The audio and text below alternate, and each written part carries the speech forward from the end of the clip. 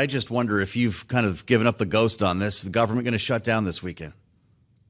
Well, the government should not shut down. That would be an exceptionally stupid thing for us to do. But listen, things look a little bleak. I'm not going to try to put too smiley a face on it, but I'm not giving up. We still have time. Cooler heads need to prevail. Let's get our work done. Are we going to see a continuing resolution in the House today or when?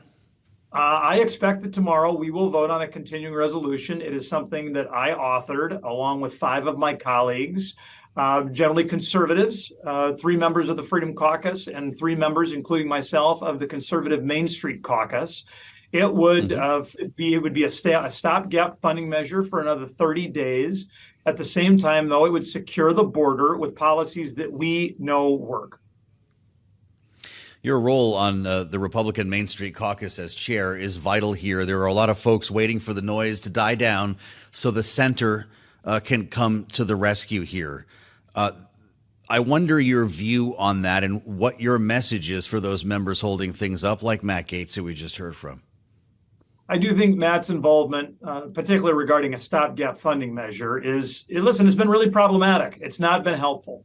No one, including Matt Gaetz, thinks that we're going to get all of our work done in the House and in the Senate by the day after tomorrow, and then magically under that same timeline be able to meet with a Senate who wants to spend in general more money and a House that in general, including me, wants to spend a lot less money. It's going to take some time to work that out. So the only question is whether or not we will do that work while federal employees continue to get paid and while federal taxpayers continue to be able to access services at the IRS and Indian Health and the Farm Service Agency and others, or whether or not we will demand that those agencies shut down while we continue our work. I think shutdowns are stupid. Once it happens, we could be looking at a weekend, a blip on the radar. Some, including Goldman Sachs, are saying 2 to 3 weeks. Congressman, I'm sure you don't want to go there because you're holding out hope for a solution, but what should people be bracing for here?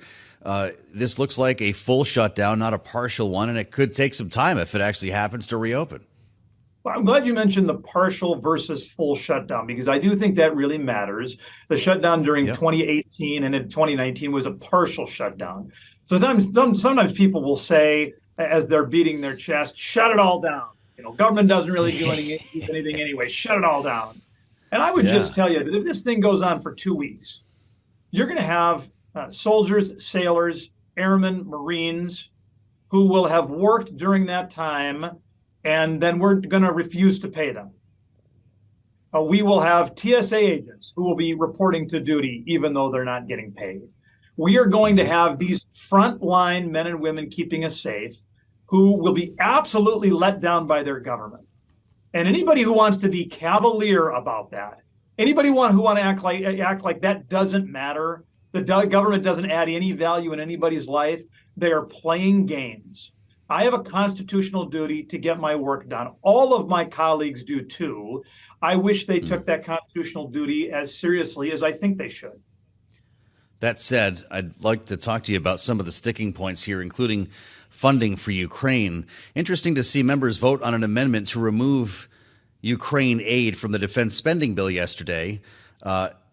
Most Republicans supported leaving that in, and I wonder your thoughts on this and if the leadership is at odds with the rank and file on helping to fund the war effort in Ukraine. You're right insofar as a majority of Republicans and a majority of Democrats continue to be supportive in both chambers of helping Ukraine, making sure that not that American men and women die on Ukrainian battlefields, but that the Ukrainians have the ammunition and the supplies they need to hold the line against this illegal invasion by Vladimir Putin. To me, it's a little hard to imagine the party of Ronald Reagan no longer interested in pushing back against communism and tyranny and dictatorships.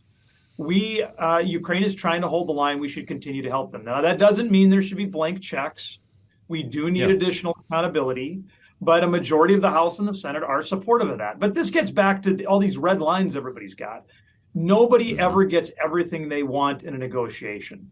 So when you have people who say Republicans or Democrats need to hold out until they get every single thing they demand, that is a profoundly unserious person.